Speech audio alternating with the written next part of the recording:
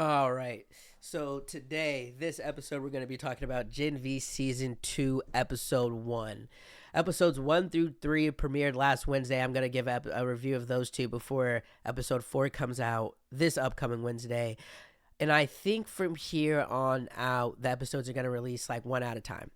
So episode 1 through 3, we're going to be doing a review of all three. This is episode 1 right off the bat. I want to say if you haven't watched it yet, spoiler review. I'm going to be giving spoilers. So if you don't want to see a spoiler or hear a spoiler, click off this episode, watch the episode first, then come back and watch this, right? And do the same for the rest of them. Did I do something? Okay, cool. I wanted to make sure I didn't mess anything up. So episode started off with the last season recap, right? I needed that. I needed the last season recap because I forgot about a lot of the things that happened in Gen V Season 1. I forgot about them all being caught at the end and them going in the white room with no doors. I forgot about Kate and even her character and her being able to, like, control people, and all the stuff that she was doing, like going with Homelander towards the end of Season 1. And that's Kate right there, if you could, let me see. Yeah, you see that's Kate right there. But I forgot about her and her powers and just everything she was doing, and how she switched sides. Or I guess even I'm forgetting now, she was always on the other side. So I forgot a lot about Gen V Season 1. I needed that recap. And I will say, just kind of broad strokes for the first, after the beginning, them going into or addressing how, Andre's character died. Just seeing the characters like Marie, Emma, Jordan Lee, let's see, just to show them, Emma, Jordan Lee, like the other main characters, just seeing how they were talking about Andre and going through like the acting, it was really sad to see. And I will say this, we'll say that. And about him getting recast, I mean, because it says one thing I absolutely love about Gen V Season 2 is the way they honor Chance Peridomo. Sorry if I'm saying his name wrong. No recast, just pure honoring him. Of course you can't recast him. There's no way you would recast him.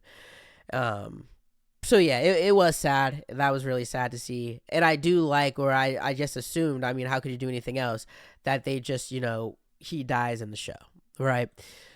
So that was a sad part of the episode.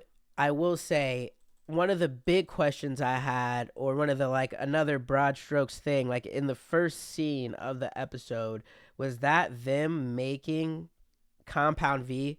I'm only going to show 10 seconds of it because I don't want to get something to happen, but this random little cutoff, Pineapple Express, the beginning where the first scene is related to what's going on, but a lot different. And let me go, this stuff starts happening, a little bloody. All right. Is that them showing how Compound V was made? Let me know in the comments. I do not know. I'm not sure. I know someone's going to be like, you're not watching the show. You're not paying attention. I'm sorry. That's why I'm asking you. It's a review and some questions. That's why I'm asking you. Is this Compound V being made? And I'm probably going to look up an article after this. But you can also tell me in the comments, right? So that was interesting to me. I was like, what is going on with this? And how is that going to maybe connect to the rest of the season? And then getting into how the episode starts when we see the main characters, right? So it starts with Kate, and Kate is the one with the superpower. She can control people's mind. Yeah, Maddie Phillips, main character. This picture kind of doesn't look like her character in Gen V, but okay, if you see her, you know who she is in the show, right? So the episode starts off with Kate getting Emma, because, Kate is working with Vought. She's working with Homelander. She gets Emma and Jordan Lee out of the white room with no doors, I guess is what it's called. And she says she can get them out of the room if they agree to go back to Godolkin University and cause no problems. And there's a little bit of argument from Jordan Lee, but then they do, right? Because they're like, we want to get out of this. And then from the beginning of the episode, for the whole time, Emma and Jordan Lee are like, yeah, mean to Kate. We hate you. They tell her, or they're telling Kate, you're the reason Andre is dead. And Kate didn't know Andre was dead, which is another big thing, is no one throughout the episode knew that Andre was dead. So that was a part of the storyline that throughout the episode was really entertaining and intense. It's just Jordan Lee and Emma being the only one that knows he was dead, right? And then throwing that at people's faces throughout the episode, and mostly Kate, for good reason. Throughout the episode, Jordan Lee, again, I guess I should go, their powers, you watch the show, right? Her powers are just, she's basically just strong as hell, and then she can change into a man or a woman. She has super strength, and I feel like she's done more I probably should watch season 1 again, but I'm not going to. I'm not going to lie. And then Emma, she's the one, she can shrink down. I think every time she shrinks, she gets smaller. And she was a main character of last year. She was Marie's roommate. And she was an interesting character. Well, she was a funny character. She's one of the, funnier and more entertaining characters. I liked her. Jordan Lee, I guess, grew on me. She wasn't one of my favorites, but strong character this season. She was one of these two were the main characters really of episode 1. It was them dealing with being out of the White Room, with dealing with Andre dying and being in the White Room with him when he died. It's about them dealing with their experience out the room with no doors and how they feel about Marie escaping without them. And that's another major plot of the first episode is Marie escaped, right? And they don't show how Marie escaped, but she's on the run throughout the episode, and she also doesn't know as she's on the run and we're seeing her that Andre's dead, right? And throughout the episode, everyone is looking for Marie. Jordan Lee and Emma are looking for Marie, right? Kate's looking for Marie, and Vought is looking for Marie. And a lot of the big thing with Marie is them showing how cool her powers are, how strong she is, all the things that she's able to do. And one of the big people, or like one of the characters for Vought that was looking for her, is a new character in season 2, which is Dean Cypher, right? Dean Cypher, I guess, the new dean of Godolkin University. This is him, right? And he's looking for Kate, or he's looking for Marie as well, and kind of just aiding to that thing of like how strong she is and how much, like how she can be one of the strongest superheroes, or the strongest superhero, they say. She can be, I don't know if that's true, if she could really, or if he's just kind of talking her up. And this is them like at the end of the episode when they're talking about to come this season, but they're talking about how strong she could be, right? But everyone's looking for Marie. And there's this scene with Cypher, the dean, where you realize he is also looking for Marie. And in this scene, you kind of get an idea of who he is as a character and what his powers are. It was an interesting scene. And this is like what I just showed the picture from. That's from this scene. It's like him making these smoothies. Like I'm about to show it. Like he's like, let me go back. Like he's making a smoothie, right? And it's almost making it seem like his character is like a monster or something. It's like kind of the sense I was getting from it. Like he's putting a whole bunch of, it doesn't even matter. If you've seen the episode, you've seen. He's putting a whole bunch of like weird shit in like a blender and blending it up. And it's like something like he's a monster, or he transforms, or he's like some type of animalistic thing or something like that. And in that scene, he shows that he still is in full control of Kate, and that he thinks it's important to look for Marie and see who she is. And then again, a big thing of that is him saying to Kate, basically, I own you, you do what I say, right? Now, towards like the middle of the episode, or like the part of the episode where it changes, it's Emma who does it. Emma finds Marie from social media, basically. Marie saves someone while she's on the run using her blood powers, and it's on a video on social media, and Jordan Lee sees it, and Jordan Lee and Emma are looking at it, and they see in the video Marie is like by the school, by Godolkin University, saving this person.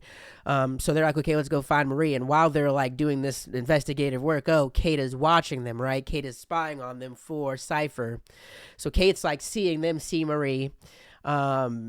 And then they go to find Marie, right? And Marie saves a person outside of a gas station. They go to the gas station, and it ends up with Emma, Jordan Lee confronting Marie, where they find her outside of this gas station, and Kate watching them, right? And this is like the big emotional scene of the episode, right? Emma and Jordan Lee are telling Marie how Andre died, how she needs to come back to school. Marie's like, I found my opportunity to get out. I got out. I didn't know Andre was dying, but I died. I'm not going back to the school, though. It's like a really emotional thing. Maria's, of course, very sad that Andre is dead. And then Kate comes out and shows everyone that they're there, and they're all like, Kate, you're evil, Kate. And Kate's like, you got to come back to school, Marie, come back to school. And then while this is going on, Kate reads Marie's mind, and Marie is basically like thinking about something. She's like thinking about seeing Starlight, because in the episode, Starlight approaches Marie while Marie's on the run, and Starlight's like, hey, you got to go back to Godolkin University, and the reason you got to go back is to research this thing called Project Odessa. It's the big thing of the season. Find out what Project Odessa is. Yeah, right? So Starlight approaches Kate or approaches Marie while Marie is on the run. And if you've watched The Boys, I don't need to show a picture of who Starlight is. You know who Starlight is, right? And Starlight's like to Marie, yeah, you got to go back to Godolkin. Marie's like, yeah, thank you, no thank you. I'm not going back. I'm going to continue to be on the run and just be on my own. So the reason I say this is flash all the way, to where we were just talking about, where they're all, all these characters, Jordan Lee, Emma, Marie, and then Kate are outside of this gas station. They just find Marie. Keep in mind, they've been looking for her. And while they're having this conversation, Kate reads Marie's mind, and Marie is thinking about Starlight and thinking about the conversation she had with Starlight. And Marie is like, whoa, and then Kate's like, whoa, you saw Starlight. You got to tell Vault. Basically, she's like, you're coming with me. I'm doing this to help you. Because if Vault, she's so scared of Vault. And that's a big thing with Kate is like, I think if like this season is like, is she evil? Or she's just terrified of Vault and using her powers for evil? And is she going to have like a character moment where she stands up to Vault? Like that's going to be a big thing with either this season or her character. Or does she basically continue to not have a backbone? It looks like they're setting that up, right? But Maria's like, or Kate's like, yeah, you got to come back, or you got like, you're thinking about Starlight. We got to tell Vault, like, I'm doing this for your safety. Then Marie basically uses her powers and injures Kate, and Kate almost basically like dies. And they leave Kate, right? And let me see, what is this? My bad. Yeah. Marie is like, I'm not coming back with you. Injures Kate. Kate almost like dies. And then that's the episode, right? And basically the episode, or it just goes into like this season, and in this season they're showing that Project Odessa is the big deal. Marie goes back to school to search for Project Odessa for Starlight. Cypher, obviously we're going to find out who he is. He's the big villain. Emma, Jordan Lee, Marie, and then we're probably going to see more characters and more crazy shit. The other guy who I didn't talk about at all, I guess I'll mention him like for a little bit, like what was going on, like with what his storyline. Sam was basically shown just a little bit. He was basically being controlled by Kate, right? She was using her powers to make him forget and not feel bad about all the bad shit that was going on and that they did, right? Now, last thing I'm going to do with this is say some of the fried moments from the episode, because, the boys, Gen V, they're always going to have some disgusting shit with people using their powers. The first one I'll say is the dog dude searching for Marie, right? Because keep in mind, I said Marie's on the run. I think they show it like in this, actually, I think it's in here somewhere. The dog dude searching for Marie and those powers, it shows here. Let's look at it. Like this, how there's like framing this does not live up to like who this dog dude is and how fried he was and how weird it was. And like just one of those things of like powers of a dog are really cool, but it was just fried. Dog powers. And them fighting and dog dude and Marie fighting and Marie using her blood powers, like her powers, and you can see how she could be the strongest. Her powers are awesome, but they're gross to see. It's just weird to think about, but it is easy to think about as well how she could be the strongest. But dog dude was one of the like Gen V like moments that are like a The Boys moment where you just see some crazy shit. Second one, there's a couple every episode. The second one is when they're at the college party and the guy is drinking the beer through his butt, and then Jordan Lee punches him and he shits all the beer that he was drinking up his butt on everyone. That was crazy. That was crazy. Like this. Let me show. Like Jordan Lee, like you see Jordan Lee drinking. She's like miserable, drinking her sorrows away, and he's like pulling beer out of his butt. And Jordan Lee just started to argument with him. Like, that was insane. Another keg. He loaded me back up. I think that was longer than 10 seconds. I could get YouTube, just let me do it. That was fried. And then Emma being used as a beer pong ball. Like, it's like, dang, like I'd be like feeling bad. Like, why did she do this to herself? Like, let me go back. Like, why did she do this to herself? Like, her being the beer pong ball. Why does she do that to herself, bro? I like Emma. I want her to like stop doing this, but I don't know how she could be used in a fight. I'm about to go on a whole tangent now about this character, but yeah, her being used as a beer pong ball. Those are the three fried things of this episode for me. All in all, the episode, it leaned on Emma and Jordan Lee. It was a good first episode back. I will say they're not the strongest characters of the show, or not the characters that you, I think, want to see the most, but it was a good first episode. Fun, easy to watch, kind of forgettable, but good. I do think this season will get a lot better and be really good. And I think it was a strong episode 1 to season 2. So I'm happy with it. And I'm not even going to go into what I think is going to happen in the season. We'll just keep watching the season together, and I'll just keep giving the reviews of each episode, right? So episode 2, I'm going to watch it tonight. I said I'm going to like separate the episode so I can like have enough to watch until like I watch the 3rd episode like a day before episode 4 comes out. So I'm going to watch episode 2 tonight, and I'll probably give a review. I'll probably do the review tonight or tomorrow. So definitely look at that. And the only way you're going to look at that, or the way you're going to be able to see that, is if you subscribe to my YouTube channel at GS Studios, GSTEWDIOS. And I'm at 79 subscribers. Someone just subscribe and give me to 80, please. Movie reviews, the news that you want to know, movies, reviews, shows, sports, and the news that you need to know. Trump. And that's just really all you got to say with Trump. Trump and everything that's happening because of that with Trump, all the different things in the world with Trump. And if you watch this whole thing, thank you for watching. You could have watched anything in the world, and you watched Guaranteed News. You watched me give a show review, and I do appreciate that. That's a wrap, and thank you.